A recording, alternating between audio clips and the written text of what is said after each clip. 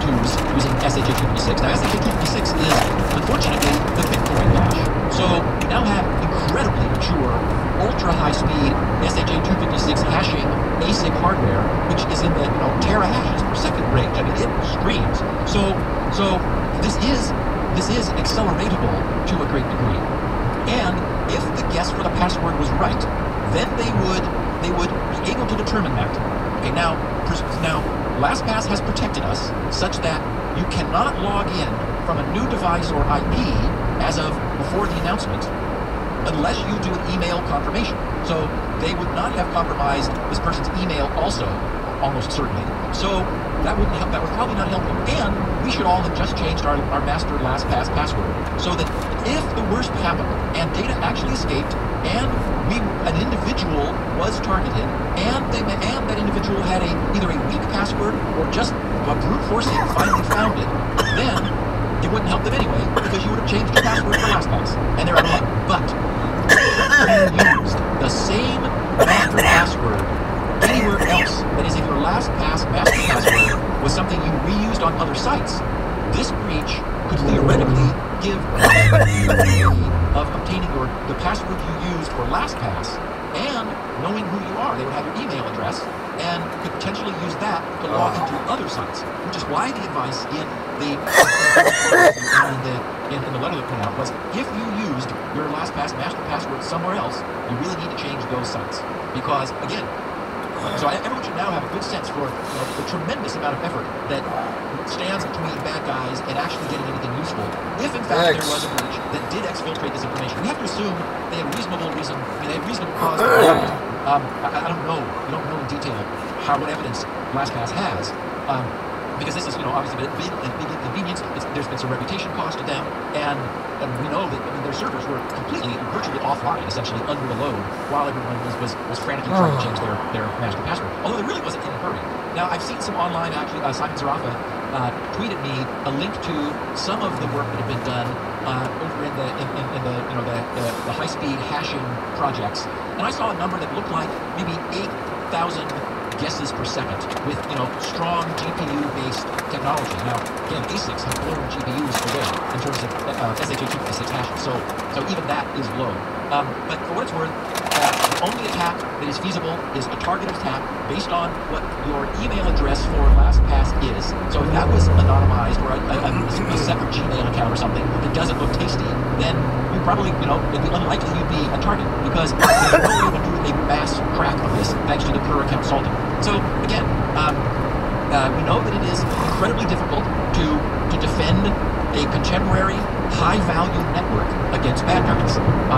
It's hard to imagine a higher-value network today than LastPass because it's known that they literally have the keys to the kingdom. They have deeply encrypted, well-protected, but still there, everybody's cloud-synced master cross-website, internet identity, essentially. Everybody's usernames and passwords that are being used to log in. So it creates an incredible target. I mean, incredibly valuable.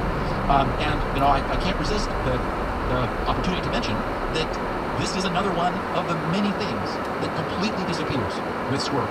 There is no cloud-based database in the sky. There's no need to synchronize independent copies of password databases because there's no more password databases.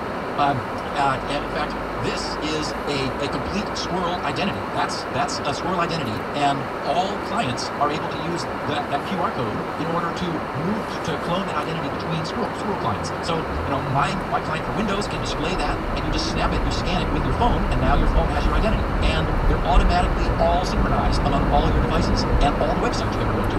And there's nothing for anyone to steal. So, but just to be practical, it's not available on all users right now. Notice widespread Squirrel.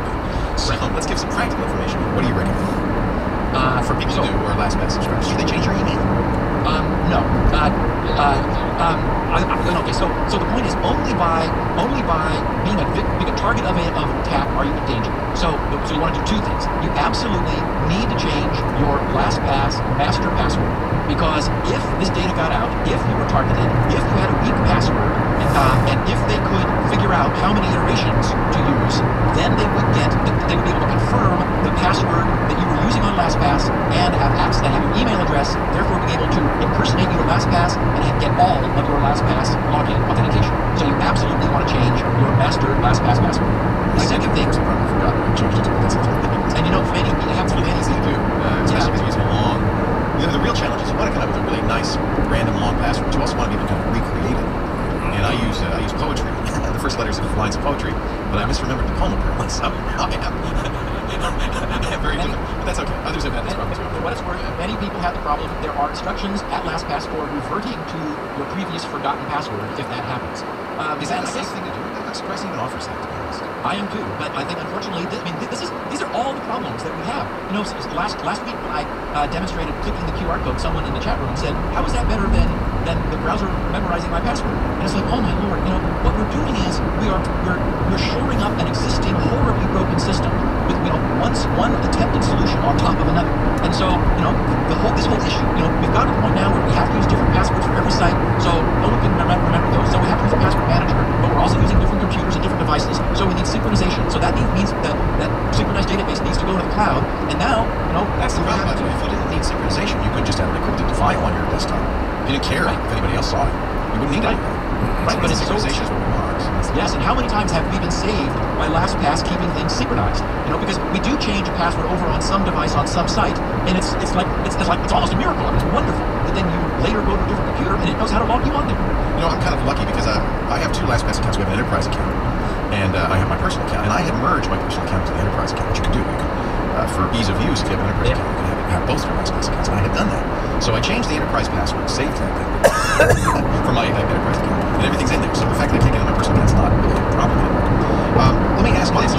So my answer is, for your LastPass master password, it needs to be something big and random, and you have to write it down. So, I don't mean it literally. You have to record it. So you know, like do cut and copy and paste and put it somewhere else. Put it somewhere else. Maybe print it out, or maybe put it in some other place which you feel is secure. Probably, but because of synchronization.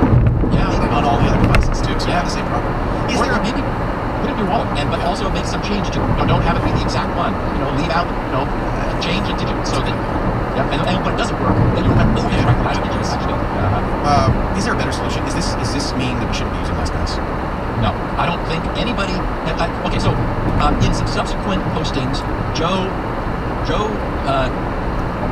acknowledged that some lessons were learned. And so, for example, one of the things they're going to do is they're going to rely more heavily on Amazon's server scaling so that they're able to scale their performance to better deal with this kind of surge in everybody needing to do something massively computational burdensome at once. And I got the sense that they're going to do some additional network segmenting. Ultimately, that's really what you want. You know, we talked about this like in the Sony hack, where one of the horrible things about that was that apparently everything was available on a single network. So where your network is about security, as is the case with LastPass, rather than about convenience, which was the case with a bunch of entertainment people in Hollywood and some pictures, there it really makes sense to put to separate networks. It means that it's less convenient, but wow, ultimately it's probably what you have to do. When the reality is everybody makes a mistake.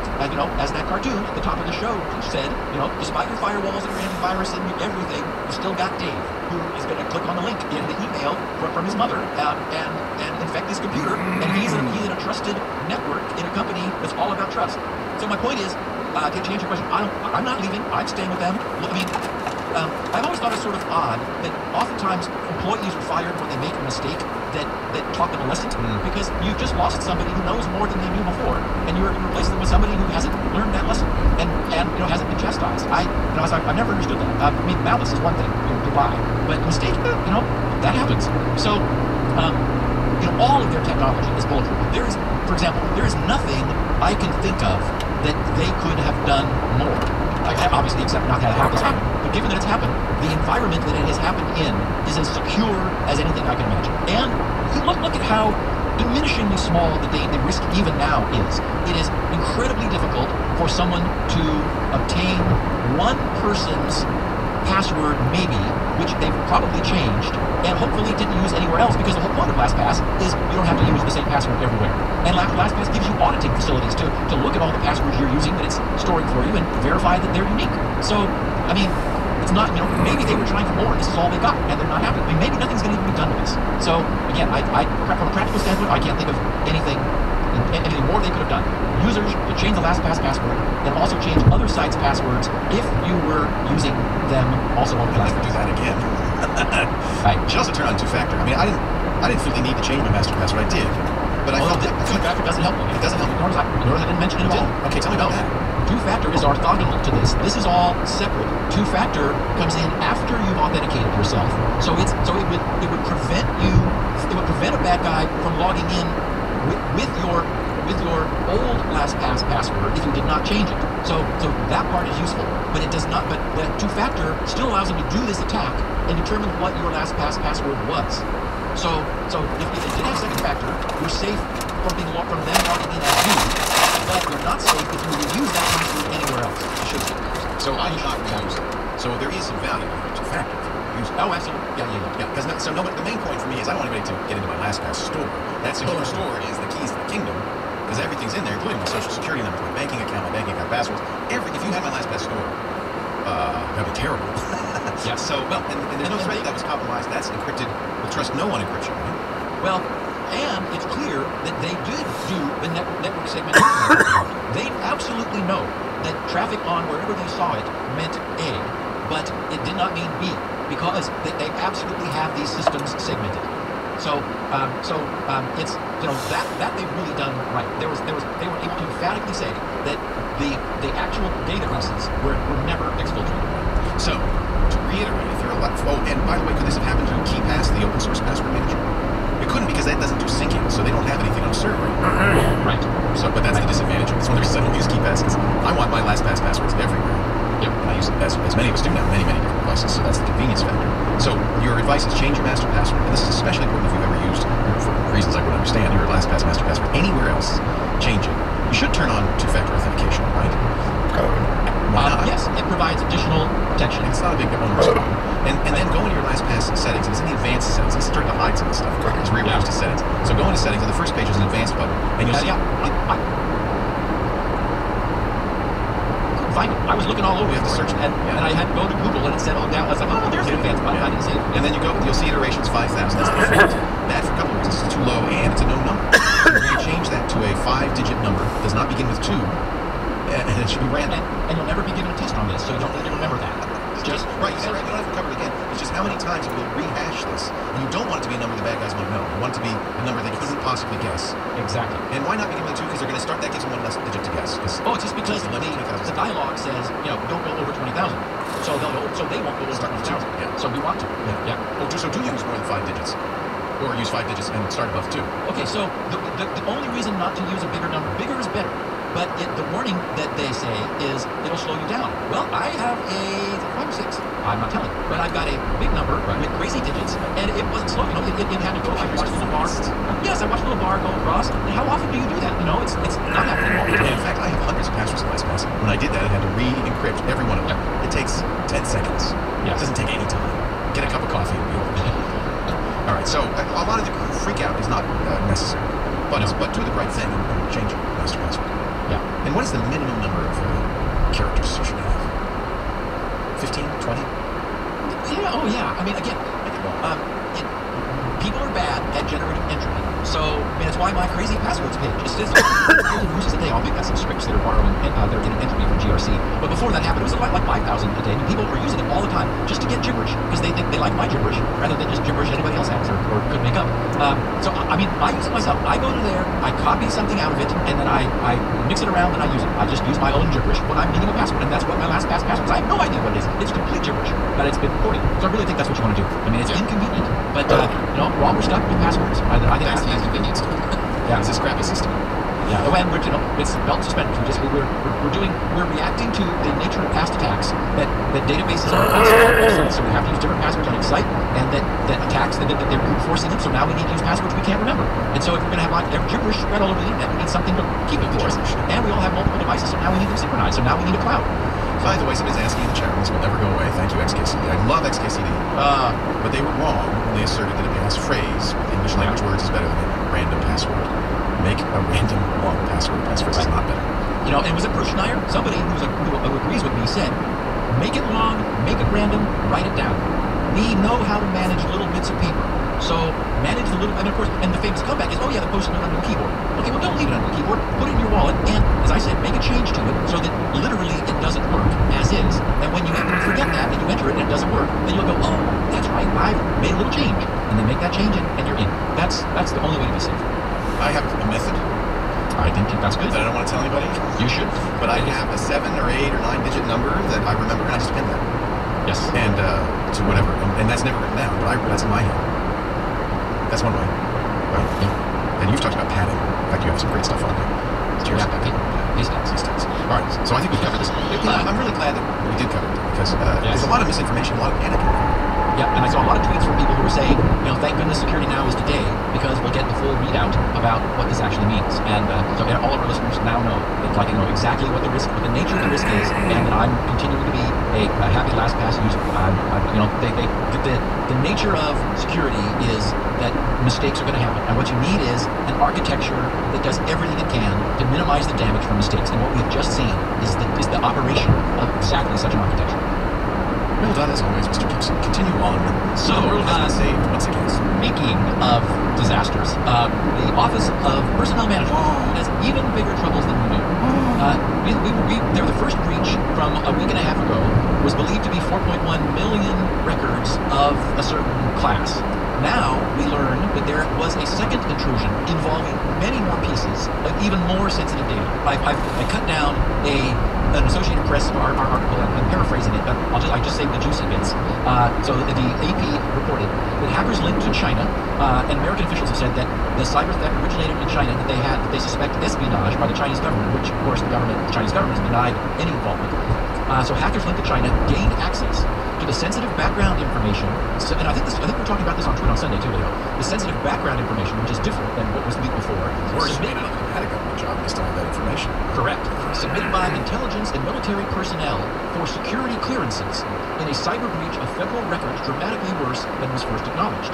The forms, which authorities believe may have been stolen en masse, known as Standard Form 86.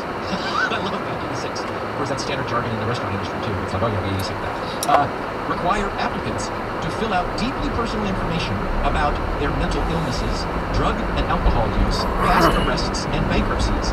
They also require the listing of contacts and relatives, potentially exposing any foreign relatives of U.S. intelligence employees to coercion. Both the applicant's social security number and that of his or her co-inhabitant, if any, is required. And beyond social security numbers, the data include military records, veterans' status information, addresses, birth dates, job and salary histories, health insurance, life insurance, pension information, age, gender, and race data. So, I mean, basically stunning, comprehensive information about individuals. But the scope of this is equally disturbing. In a statement, the White House said that on June 8th, investigators concluded that there was, quote, a high degree of confidence that systems containing information related to the background investigations of current, former, and prospective federal government employees, and those for whom a federal background investigation was conducted. And by the way, this goes back to the 1980s, so this is old stuff, too. And as you said, Leo, even if you didn't get the job, they still held all this information. May have been, said the White House, exfiltrated. Joel Brennan, former top U.S. counterintelligence official, said, this tells the Chinese the identity of almost everyone who has a United States security clearance. That makes it very hard for any of those people to function as an intelligence officer. They're claiming Snowden got people in trouble. This is far worse. I know. In fact, I thought of this when I was looking, because we'll speak about the apparently bogus Store for Murdoch, the slam piece. Exactly. But China and Russia had acquired some encrypted They got everything directly from the source. It was a lot of pressure Snowden stuff. Now that's all news. Now we've got the last 4 years, everything, updated intelligence information directly from the Office of Personnel Management. So the White House statement said, so continuing Joel Brenner's comment, he said, that makes it very hard for any of those people to function as an intelligence officer. The database also tells the Chinese an enormous amount of information about almost everyone with a security clearance. That's a gold mine, says Joel. It helps you approach and recruit spies. And of course, certainly could be used as blackmail material. That is, we know about you, so do this for us. This little thing, and then let me keep your secret. The White House statement said, the hack of the security clearance database was separate from the breach of federal personnel data previously announced. And of course, we know that a breach that is itself appearing far worse than at first believed. Nearly all of the millions of security clearance holders, including some CIA, NSA, and military special operations personnel, are potentially exposed in the security clearance breach, the officials said. More than 4 million people had been investigated for security clearance as of October 2014, according to government records. Okay, but that was the newer take on the previous breach.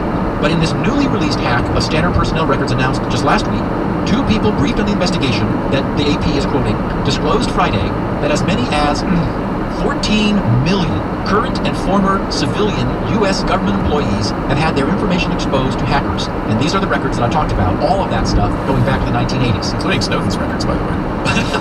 Ironically. Since there are about 2.6 million executive branch civilians, the majority of those records exposed relate to former employees. Contractor information has also been stolen, officials said. So, anyway, just wrapping up, they said the personnel records would provide a foreign government an extraordinary roadmap to blackmail, impersonate, or otherwise exploit federal employees in an effort to gain access to U.S. secrets or entry into government computer networks. That's how you guess, social hacking of all kinds. Outside experts were pointing to the breaches as a blistering indictment of the U.S. government's ability to secure its own data 2 years after a national security agency contractor, of course they're referring to Edward Snowden, was able to steal tens of thousands of the agency's most sensitive documents. But he was in the building. These guys were in the building. Yeah. After the Snowden revelations about government surveillance, it became more difficult for the federal government to hire talented young people into sensitive jobs. Particularly at intelligence agencies, said Evan Lesser, managing director of ClearanceJobs.com, a recruiting firm. Imagine how hard it's going to be now. And ClearanceJobs.com matches security clearance holders to available slots. And they're saying they can't get young people because young people are just saying, no thanks. And so he said, now, if you get a job with the government, your own personal information may not be secure. This is going to multiply the government's hiring problems many times. And then, anyway, of course, Mike Masnick at Techner picked up on this and covered the story, and he ended his coverage by saying, and yet, this is the same federal government telling us that it wants more access to everyone else's data to, quote, protect us from cybersecurity threats, and that encryption is bad. Yikes.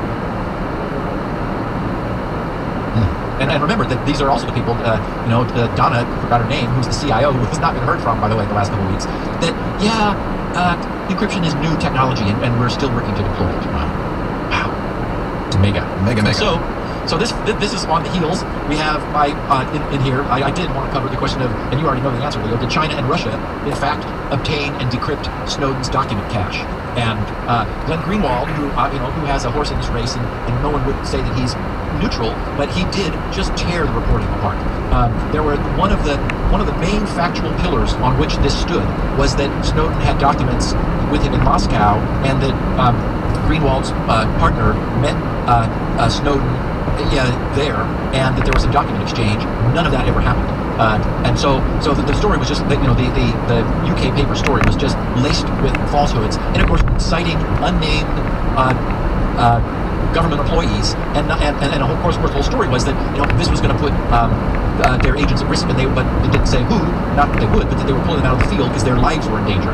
And so anyway, all of any fair reading of this looks like this was not the case. And also, everything we know about Snowden is that whether you agree or disagree with everything that he's done, he really appears to have never been anything other than straightforward, and we know that he understands encryption. He stated that he destroyed his personal copies of this because he could not be giving it away. The cache is in the possession of the press, and he had none of it when he went to Hong Kong and then on to Russia. So I don't see any reason for that not to be true, and you cannot disclose what you don't have. So this looks like just completely made up. And old-timers among us will maybe find this interesting. I did. There is a Mozilla, on the Mozilla.org site, they're calling it a bug, 1174462, titled Remove Built-in Support for FTP. Yeah. We're old-timers, though. First of all, FTP is not secure. No, and in fact, I use wget now. I don't think I can't remember the last time I actually put it in. You just don't put FTP. I guess the only place you would hit it is if a really old creaky site, like something that maybe Jerry Cornell would have up. I bet he still has an FTP page. I bet he has FTP links. That's my point. There would be links. There would be FTP // where you would use an FTP protocol to download code rather than HTTP. The point is, anybody who's using FTP or SFTP is probably going to use an FTP client rather than a browser. And so that's just, I think it's probably a good idea. And so in the Chromium, Chrome is doing it too. So this was sort of where it came from. They said in the Google Chrome.chromium bug list, they said we should consider removing built-in support for FTP from Chrome and move it out to an app. Over a 7-day period, only 0.1 to 0.2% of users, frankly, I was surprised it was that high, end up navigating to any FTP URL. And it says, perhaps with slightly higher numbers among Linux desktop users. This has been fairly stable over the last year, so it doesn't look like there are trends for FTP to disappear altogether. with the combination of the sockets API and the downloads API, it may be possible to construct a Chrome app which handles this well. Also, we need a way to be able to register an app/extension to handle a particular URL scheme so that navigations would be seamless for users of FTP apps. So they're talking about moving it out of the underlying Chrome browser and into an add-on, an extension, an app so that people who did need it could still get it. And again, Leo, I would imagine, especially Linux people, they're going to have 9 other ways to grab FTP stuff. And then the little Chrome mention ends saying this isn't urgent priority, but might be nice to clean up some code for a little used feature. Yeah. So this sort of just shows the world's changing. It's growing up, and it does make sense to shed protocols. You took out Gopher colon // Well, I think in my entire life I may never have actually used a Gopher URL. I knew about it. You can still use links in FTP, by the way. So there. You know links? LYNX? The LYNX. The old the command line browser. It works great on our site. I was just checking. Yeah, and I actually use a wget all the time. Wget's great. Yeah. Yes. You can say, infinite retries and continue an aborted retry, and it just sits there and it's as patiently as it needs to be, obtaining a resource, despite problems. Speaking of problems, I was talking last week, I think, or the week before, about when we were talking about the sale of IPv4 space, and a little bit about routers, the big iron routers, not the little blue boxes that we have on our WAN to LAN interface in our homes, but the big iron routers out of the major telco providers that ship all of the the tier 1 and tier 2 and tier 3 guys, our ISPs and up, and how they have routing tables which, when packets arrive, packets are inspected from the most significant byte down in order to determine where to send it. And it helps if geographic regions stay coherent, because then it means anything with the same first byte is all going to India or to Europe or wherever. So it makes routing way easier. That means that with only, for example, 250, because they're not all available, with only that many entries for the first byte, you could immediately, if you didn't have to look any further, send stuff on their way. But as we said, as IP space becomes fragmented, as people with large allocations are tempted to sell off theirs to someone else, somebody might be in a completely different region of the world, suddenly all the routers need to deal with this. Well, the way that happens is a protocol we've never discussed in detail, just because it's kind of way at the techie end, and that's known as BGP. That stands for Border Gateway Protocol. BGP is the way routers communicate among themselves to essentially to advertise routes that they have to offer and to obtain the routes that their connected routers have to offer. So it's sort of like a big peer-to-peer network. It's very much like what it is. So all the routers are participating in this big peer-to-peer network, sharing the information about what they know. And that's how the internet's global routing tables are synchronized. And every so often, a mistake is made. A few days ago, on June 12th, at 8:43 UTC, a mistake was made, a biggie. A telecom in Malaysia, TELEKOM, these big telecoms have one or more what's known as AS numbers, autonomous systems numbers, and they are AS 4788, and this is the way they're known up in the routing world. They, for a mistaken reason, started to announce 179,000 routing prefixes for level 3, which is to say that they said we essentially route for level 3 all these prefixes. So what happened is that suddenly, as this propagated, everybody who had been sending traffic in the proper direction toward level 3 started sending it to Telkom Malaysia. That completely buried them, saturated their connections, packet losses hit the ceiling, went to 100%. It basically created an Asian-centric level 3 outage that was not level 3 fault. It was because somebody who was a peer